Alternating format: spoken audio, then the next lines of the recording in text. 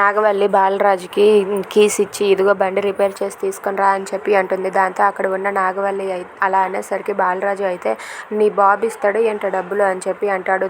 ఆ కోపంతో అక్కడ ఉన్న నాగవల్లి అయితే చిన్నిని ఎలాగైనా సరే దొంగలా నిరూపించాలని చెప్పి తనైతే ప్లాన్ వేస్తుంది. ఇక చిన్ని పట్టుకున్న హ్యాండ్ బ్యాగ్లో ఆ షాపింగ్ మాల్లో ఉన్న చైన్ తీసి చిన్ని బ్యాగ్లో నాగవల్లి అయితే పడేస్తుంది. అది చూసి అక్కడ ఉన్న నాగవల్లి అయితే అక్కడి నుండి తప్పించుకొని వెళ్ళిపోతుంది. ఇక చిన్ని వాళ్ళ మామయ్య, ఉషా టీచర్ వీళ్ళందరూ కూడా బిల్ దగ్గరకు వస్తారు. ఇంతలో అక్కడ ఉన్న ఒక అబ్బాయి అయితే ఏంటి ఇక్కడ ఒక చైన్ మిస్ అయ్యింది, ఏమైంది అని చెప్పి అడుగుతాడు. దాంతో నాగవల్లి అయితే చైన్ మిస్ అయ్యిందంటారేంటి, ఆ అమ్మాయి తీసి తన హ్యాండ్ బ్యాగ్లో వేసుకుంది కదా, ఆ అమ్మాయి హ్యాండ్ బ్యాగ్లోనే ఉంది అని చెప్పి చిన్నీని చూపిస్తుంది. దాంతో ఆ అబ్బాయి అయితే చిన్ని దగ్గరికి వెళ్ళి పాప ఆ బ్యాగ్ ఇలా ఇవ్వు అని చెప్పి అంటాడు. దాంతో అక్కడ ఉన్న ఉషా టీచర్ అయితే మా పాప బ్యాగ్ ఎందుకు ఇస్తుంది మీకు అని చెప్పి అడుగుతూ ఉంటుంది.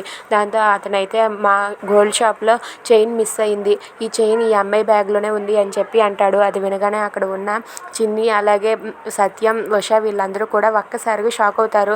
అవును ఈ అమ్మాయి బ్యాగ్లోనే ఉంది అని చెప్పి అంటాడు. దాంతో ఉష అయితే ఏంటి మా అమ్మాయిని మీరు అలా తప్పుతావ పట్టిస్తున్నారు, అలాంటిది ఏం కాదు అని చెప్పి అంటూ ఉంటుంది. దాంతో అక్కడ ఉన్న షాప్ వాళ్ళందరూ కూడా అక్కడికి వస్తారు. ఆ స్టాఫ్ వాళ్ళందరూ కూడా వచ్చి ఎందుకు మీరు అంతలా కంగారు పడుతున్నారు, బ్యాగ్ చెక్ చేస్తే సరిపోతుంది కదా అని చెప్పి అతను అంటాడు. ఇంతలో అక్కడికి బాలరాజు వచ్చి ఇదంతా చూసి షాక్ అవుతాడు. ఇక చిన్ని బ్యాగ్ని అయితే అక్కడ ఉన్న స్టాఫ్ చెక్ చేస్తూ ఉంటాడు. ఇక చిన్ని చేతిలో ఉన్న బ్యాగ్ తీసుకొని చెక్ చేసేసరికి అందులో చైన్ దొరుకుతుంది. అది చూసి చిన్ని అలాగే కావేరి, సత్యం, బాలరాజు వీళ్ళందరూ కూడా ఒక్కసారిగా షాక్ అయిపోతారు.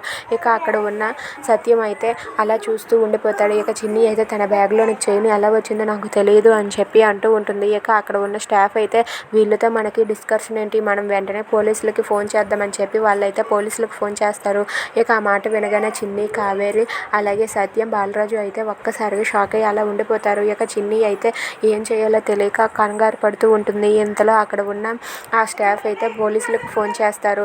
అది చూసి కావేరి షాక్ అయ్యి అలా ఉండిపోతుంది. If you like this video please like, share and subscribe friends. Thanks for watching.